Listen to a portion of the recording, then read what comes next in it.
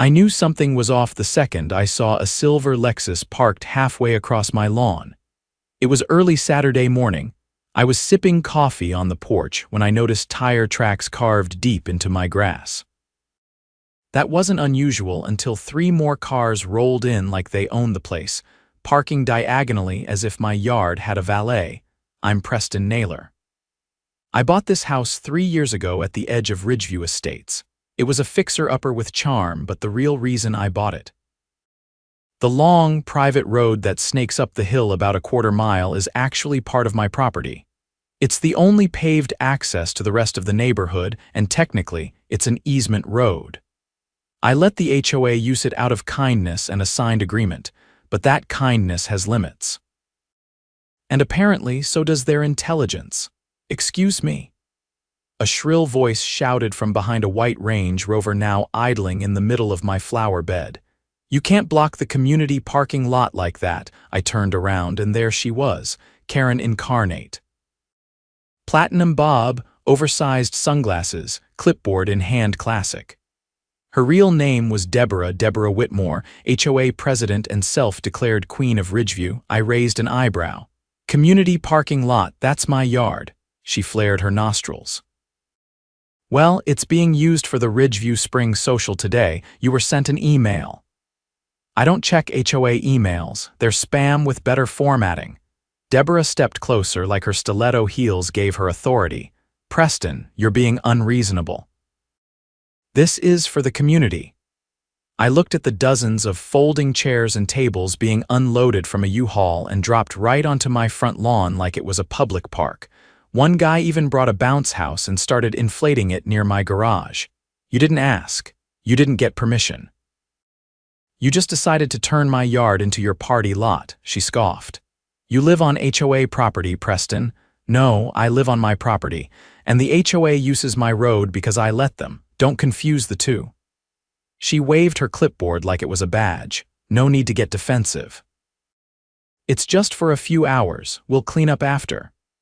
That's when a kid sprinted across my porch with muddy shoes, knocking over my coffee. His mom didn't even look up from her phone. I took a deep breath.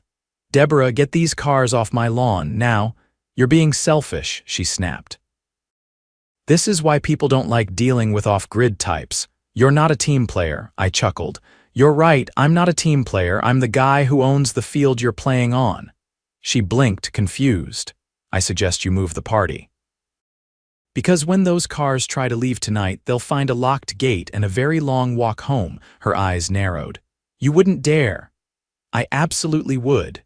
She stormed off, muttering something about calling the sheriff. I let her go.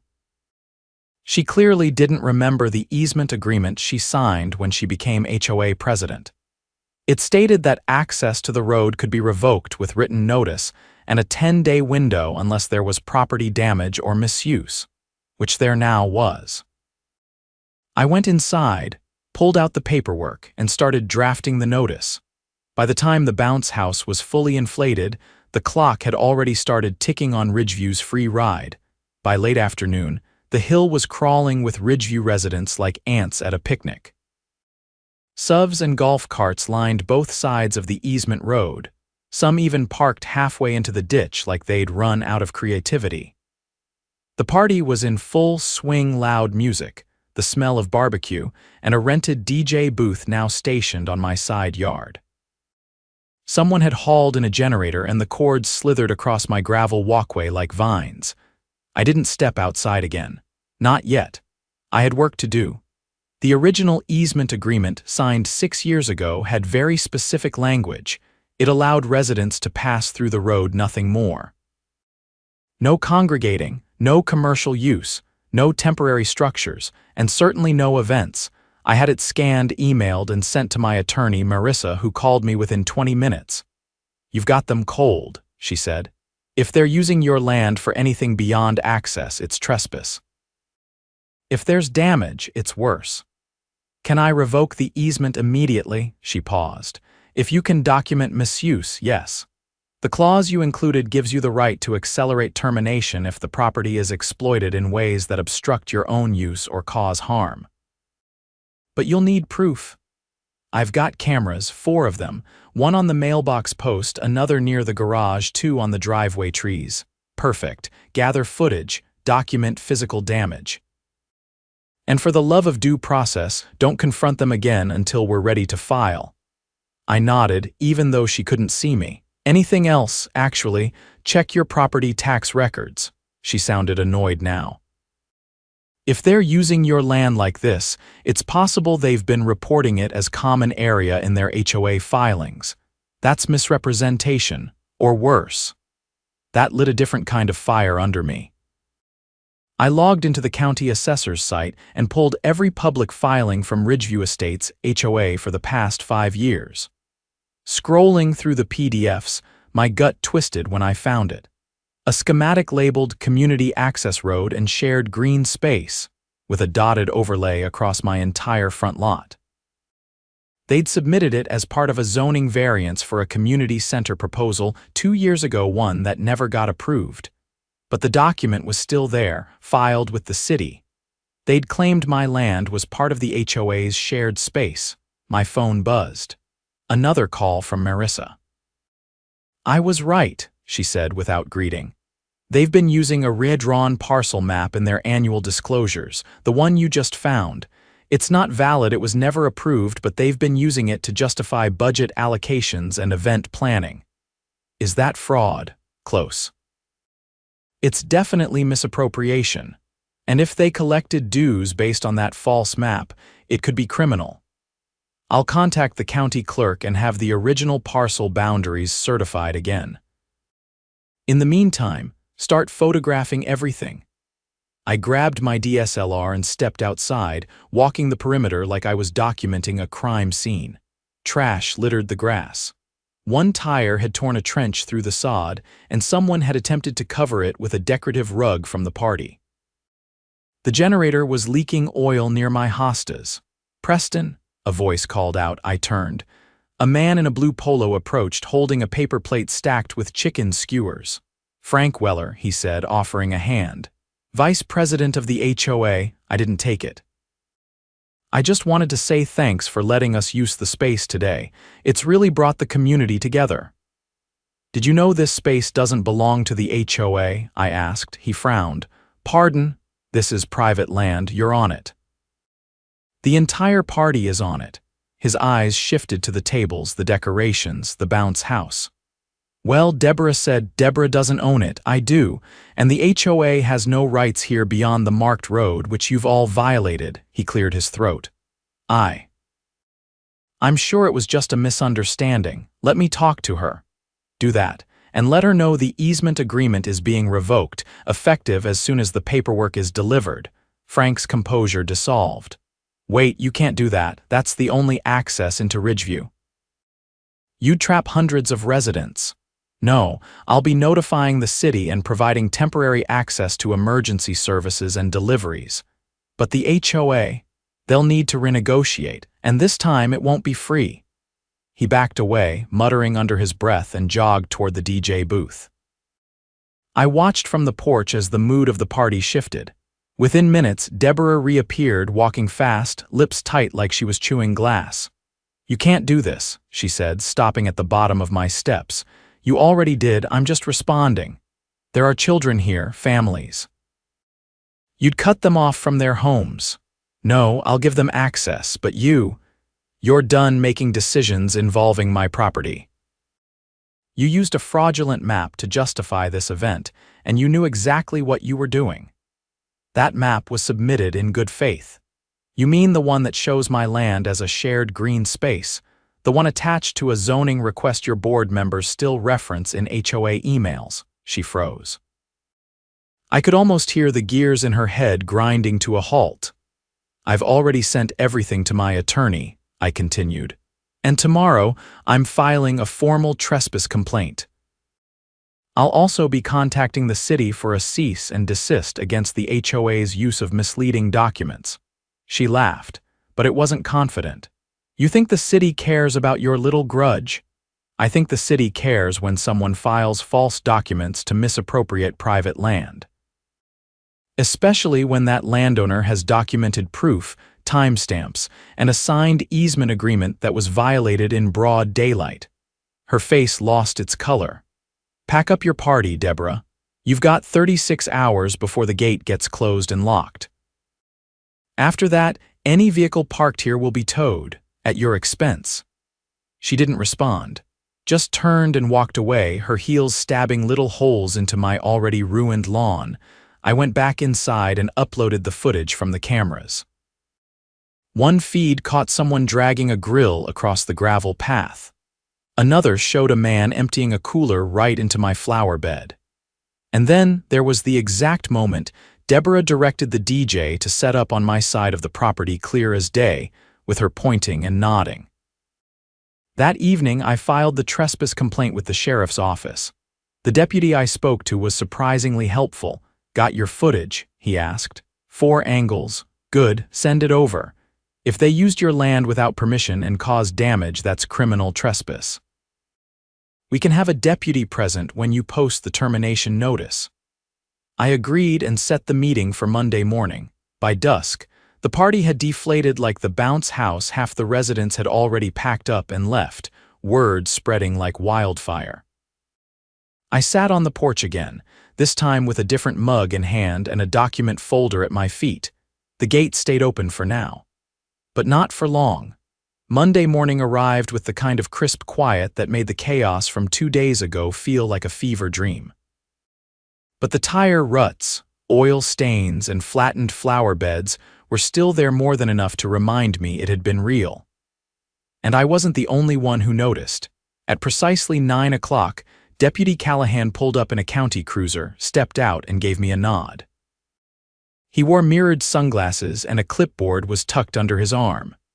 Behind him, a beige city truck rolled to a stop, and a lean man with a rolled-up blueprint under his arm stepped out. That was Ben Keller, from the county zoning office, a no-nonsense type who didn't ask for coffee or small talk.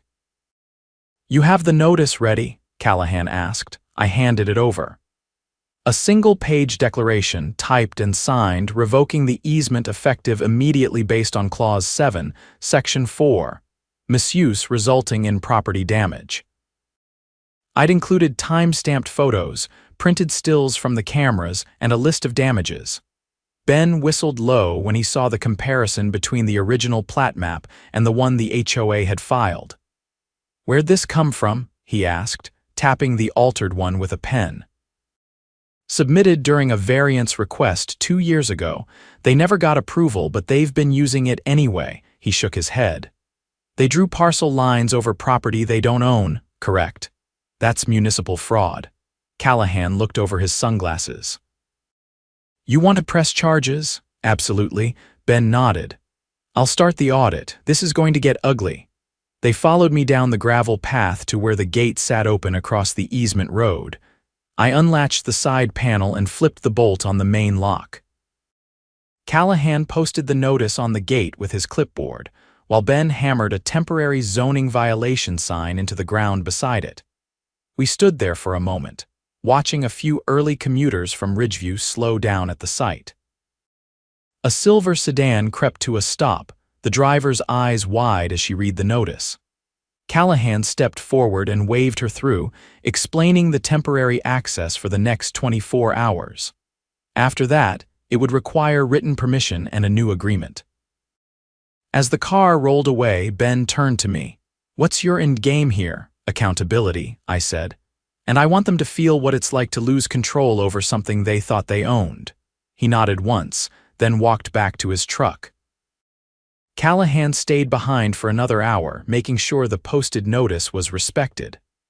By noon, a line of confused residents had formed at the gate, all of them reading the sign and backing up slowly. No one tried to argue.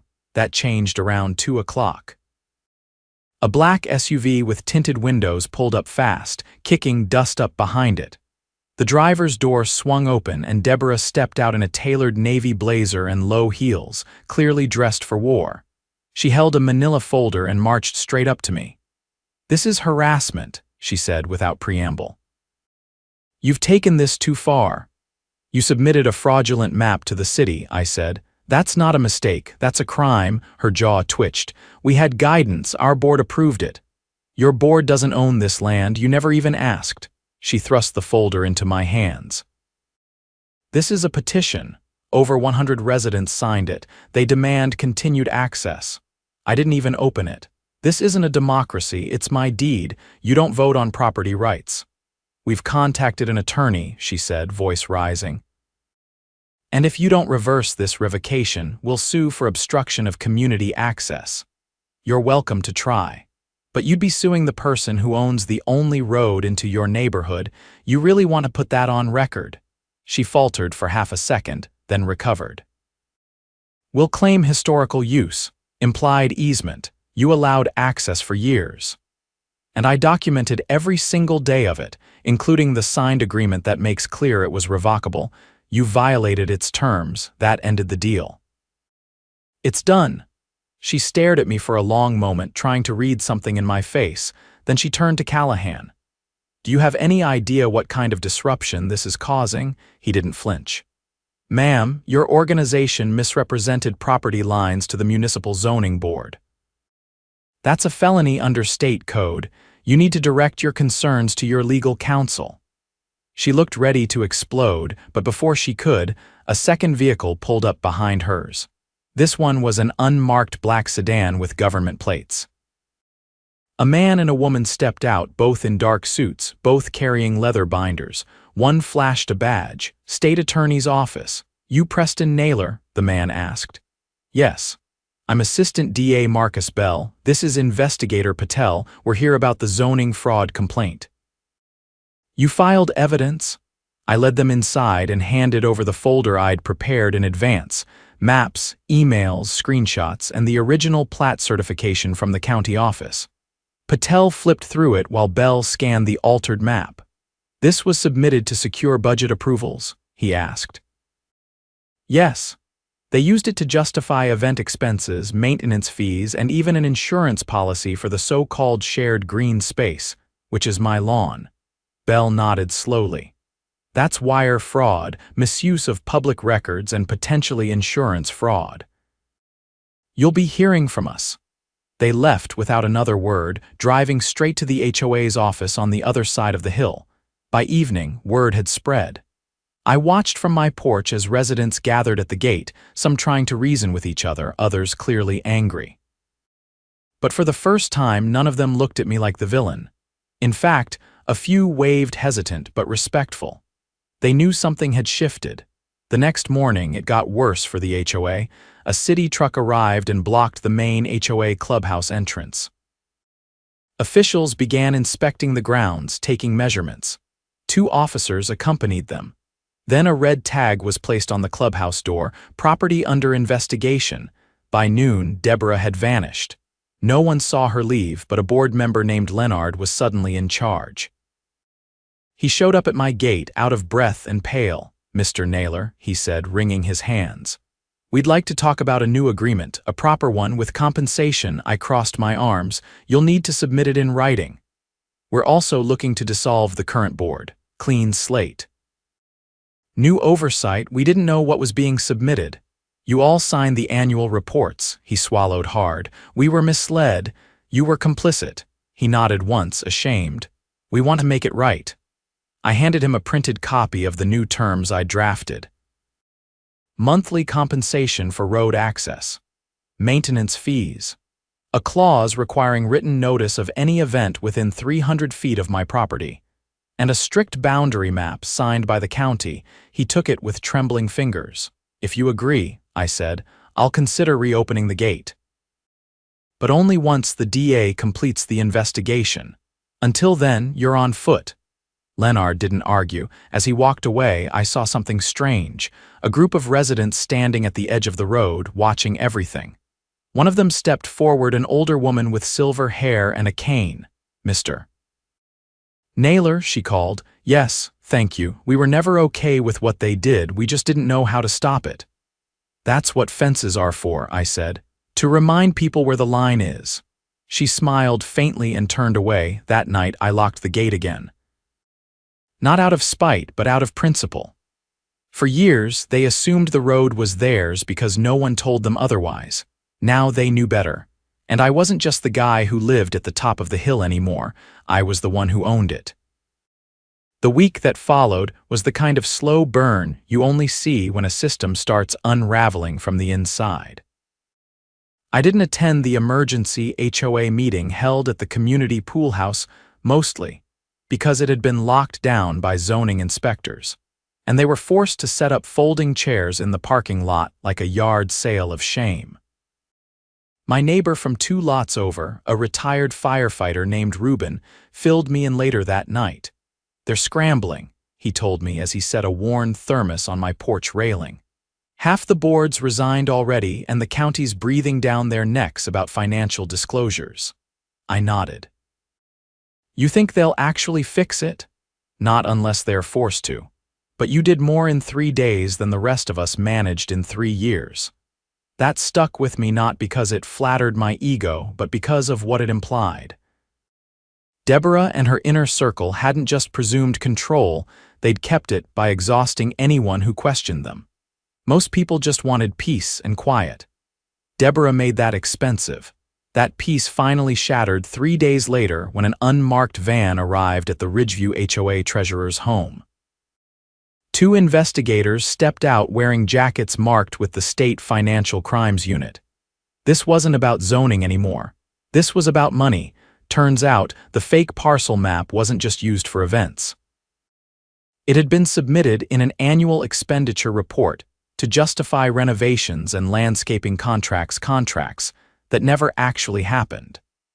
Over $70,000 had been moved from the HOA's reserve fund to a shell company registered under the name of Deborah's brother-in-law. That same afternoon, Deborah was taken into custody. I watched from the hilltop as the cruiser pulled away. No sirens, no drama, just a quiet departure followed by stunned silence across the neighborhood.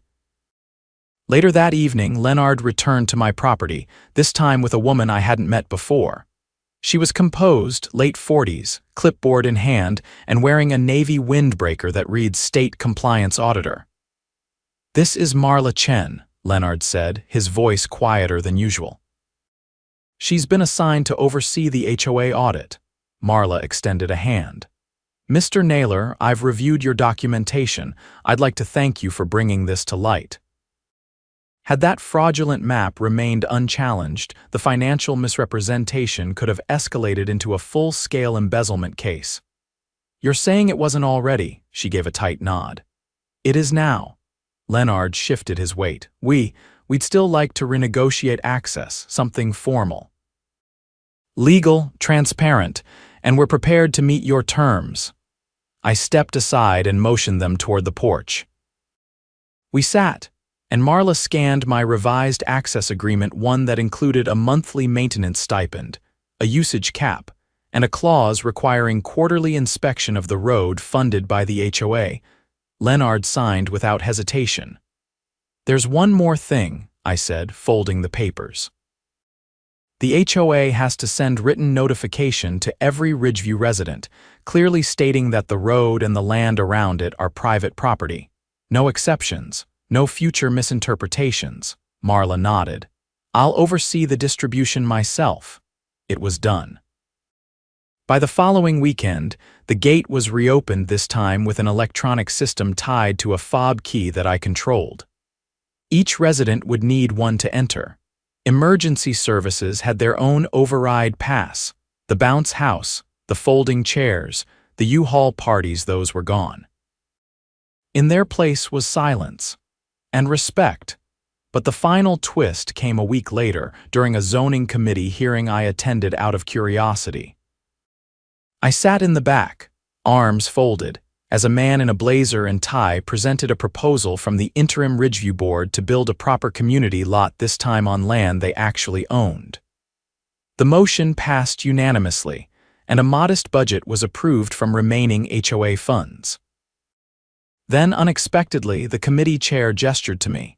"Mr. Naylor, would you mind stepping forward?" I stood, wary.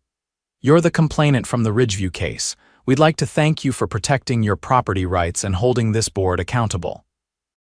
Your documentation has been instrumental in exposing a systemic abuse of jurisdiction. I gave a small nod. I wasn't trying to make a point, I just wanted them off my lawn. That got a few laughs, but the chair wasn't done. As a result of your diligence, the committee has voted to amend the municipal review process. Going forward, all HOA zoning requests must include verified proof of ownership and a signed affidavit from affected property owners. You may have just changed how this city handles HOAs. I didn't smile, didn't gloat. I simply returned to my seat and watched the rest of the session unfold. By the time I got home, Ruben was already waiting with 2 lawn chairs and a 6-pack of whatever discount brand he preferred that week. He raised a can as I approached. "You know," he said, cracking the tab, "if they ever try anything again, they'll have to go through a lot more red tape." "They already did," I replied, lowering myself into the chair, "and it strangled them." The summer rolled on. The grass grew back. The oil stains faded. A new HOA board was elected, this one composed of actual residents, not power-hungry opportunists. They kept to themselves and they kept off my lawn, but the best part, the gate stayed right where it was. Quiet, dignified, and locked by default, not to keep people out. Just to remind them whose hill this really was.